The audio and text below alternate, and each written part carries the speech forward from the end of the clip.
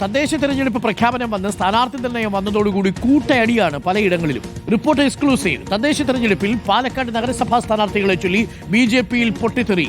നിലവിലെ നഗരസഭാ chairperson, vice chairman ഉൾപ്പെടെ സീനിയർ നേതാക്കളെ പരിഗണിക്കാതെയാണ് ജില്ലാ കമ്മിറ്റിയുടെ പട്ടിക.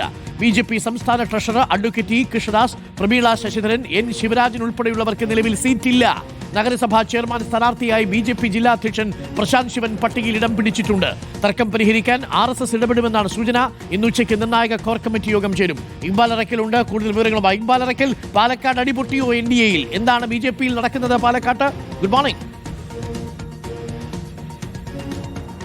Arunkumar, good morning. BJP ഇത്തവണ പാലക്കാട് നഗരസഭയിൽ ഒരു മൂന്നാം ഭരണമാണ് ലക്ഷ്യമിടുന്നത്. പക്ഷേ അതിന് വലിയ രീതിയിലൊരു തിരിച്ചടി ആവുകയാണ്. ഇപ്പോൾ ഏതായാലും ഈ ഗ്രൂപ്പ് പോരും നേതാക്കൾ തമ്മിലുള്ള തമ്മിൽ തല്ലും.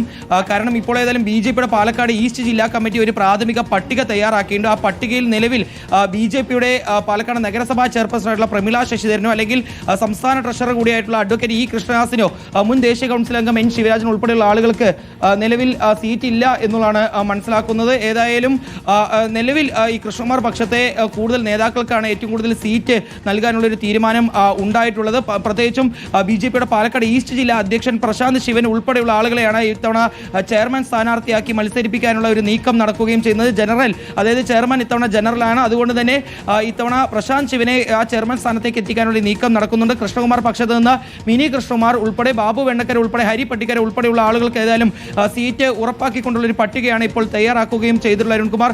ഏതായാലും ഈ വിഷയത്തിൽ ഇപ്പോൾ BJP-യുടെ മുതിർന്ന നേതാവായിട്ടുള്ള N. ശിവരാജൻ ഉൾപ്പെടെയുള്ളവർ നമുക്കൊപ്പം പ്രതികരിക്കുന്നുണ്ട്. ശിവരാജൻ ഇപ്പോൾ നമുക്കൊപ്പം തത്സമയം ചേരുന്നുണ്ട്. സീനിയർ നേതാക്കളെ ഒഴിവാക്കിക്കൊണ്ടുള്ളൊരു പട്ടിക തയ്യാറാക്കിയിട്ടുണ്ട് എന്നുള്ളതാണ് മനസ്സിലാക്കുന്നത്.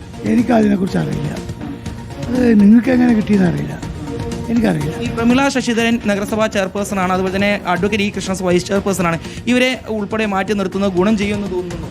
അത് നിങ്ങൾ അവരോട് ചോദിച്ചാൽ മതി, എന്നോട് എന്തിനാ ചോദിക്കണം? അങ്ങ് ഉൾപ്പെടെ 40 വർഷമായിട്ട് കൗൺസിലറാണ്. BJP-ക്ക് വലിയ രീതിയിൽ ഈ ഭരണം രണ്ടുവട്ടം വാങ്ങിക്കൊടുക്കാൻ വേണ്ടിയുള്ള വലിയ രീതിയിൽ പ്രവർത്തിച്ചവരാണ്. നിങ്ങളെപ്പോലുള്ളവരെ മാറ്റി നിർത്തുന്നു എന്നുള്ളൊരു തോന്നലുണ്ട്. ഞാൻ മൂന്നാം വട്ടവും BJP അധികാരത്തിൽ വരാൻ രാവും പകലും അധ്വാനിക്കും. മൂന്നാം വട്ടവും BJP വരുള്ളൂ. വേറെ ആരുണ്ട് പാലക്കാട്? പാലക്കാട് BJP വരുള്ളൂ. മുനിസിപ്പൽ ഇലക്ഷൻ ഞങ്ങളുടെ കയ്യിലാണ്. ഈ കൃഷ്ണകുമാർ പക്ഷത്തുള്ള ആളുകൾ നിങ്ങളെപ്പോലുള്ള സീനിയർ നേതാക്കളെ മാറ്റി നിർത്തുന്നു. ഇവിടെ നിങ്ങൾ കൃഷ്ണകുമാർ വെച്ച ശിവരാജൻ വെച്ച പറയണ്ട. ഇവിടെ രാജീവ് ചന്ദ്രശേഖരുടെ പക്ഷമാണ്. രാജീവ് ചന്ദ്രശേഖർ JP നിട്ട പക്ഷമാണ്. അത് മാത്രമേ ഇവിടെയുള്ളൂ. ഞങ്ങൾ ഒറ്റക്കെട്ടായി പാർട്ടി അധികാരത്തിൽ കയറ്റാൻ വേണ്ടി വർക്ക് ചെയ്യും. എനിക്ക് ഒരു കുഴപ്പമില്ല. പാർട്ടി മത്സരിക്കേണ്ട പറഞ്ഞാൽ ഞാൻ 40 കൊല്ലം കൗൺസിലറായിരുന്ന ആളാണ്. ഈ റെക്കോർഡ് വേദിക്കാൻ 160 കൊല്ലത്തെ പാരമ്പര്യമുള്ള പാലക്കാട് നഗരസഭയ്ക്ക് ഇനി ആരും ഉണ്ടാവാൻ പോകുന്നില്ല. 5 വർഷം കഴിഞ്ഞാൽ തന്നെ വേണ്ട പറയുന്ന ആൾക്കാർ വീണ്ടും എന്നെ 40 വർഷമാണ് ഈ വാർഡിൽ എത്തിയത്, എൻ്റെ വാർഡിൽ. അതുകൊണ്ട് ഈ പാർട്ടി തീരുമാനിച്ച് ഞാൻ ഭരിക്കുന്നവരെ കൗൺസിലായിരിക്കണമെന്നില്ലല്ലോ. പാർട്ടി തീരുമാനിച്ചാൽ മത്സരിക്കില്ല. പാർട്ടി എവിടെ മത്സരിക്കണം പറഞ്ഞാൽ അവിടെ മത്സരിക്കും. അല്ലെങ്കിൽ വേണ്ട. അല്ലെങ്കിൽ അധികാരത്തിൽ വരാൻ രാവും പകലും അധ്വാനിക്കും. അതാണ് എൻ്റെ അഭിപ്രായം. സീറ്റ് കിട്ടാത്ത യാതൊരു രീതിയിലുള്ള ദുഃഖമില്ല. സീറ്റ് കിട്ടാത്തതോ നിങ്ങൾ എന്തൊക്കെയാണ് പറയുന്നത്? അങ്ങനെ മത്സരിക്കാൻ പാർട്ടി പറഞ്ഞാൽ മത്സരിക്കും, പാർട്ടി പറഞ്ഞില്ലെങ്കിൽ മത്സരിക്കില്ല. എൻ്റെ ഒരു അതാണ്. പല ആളുകളും ഒരു പരാതിയായി ഇപ്പോൾ RSS-നെ ഉൾപ്പെടെ സമീപിച്ചിട്ട് തന്നെ ഒന്നൊരു കോർ കമ്മിറ്റി യോഗം കാര്യാലയത്തിൽ വെച്ച് നടക്കുന്നു എന്നൊക്കെ വിവരം വരുന്നുണ്ട്. എനിക്കറിയില്ല, നിങ്ങൾക്ക് എങ്ങനെ വിവരം കിട്ടിയെന്ന് അറിയില്ല.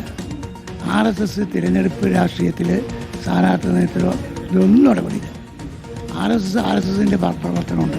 ഇതൊന്നും ഈ മുനിസിപ്പൽ ഇലക്ഷൻ വരയ്ക്കലും പിടിക്കലല്ല RSS-ന്റെ പണി.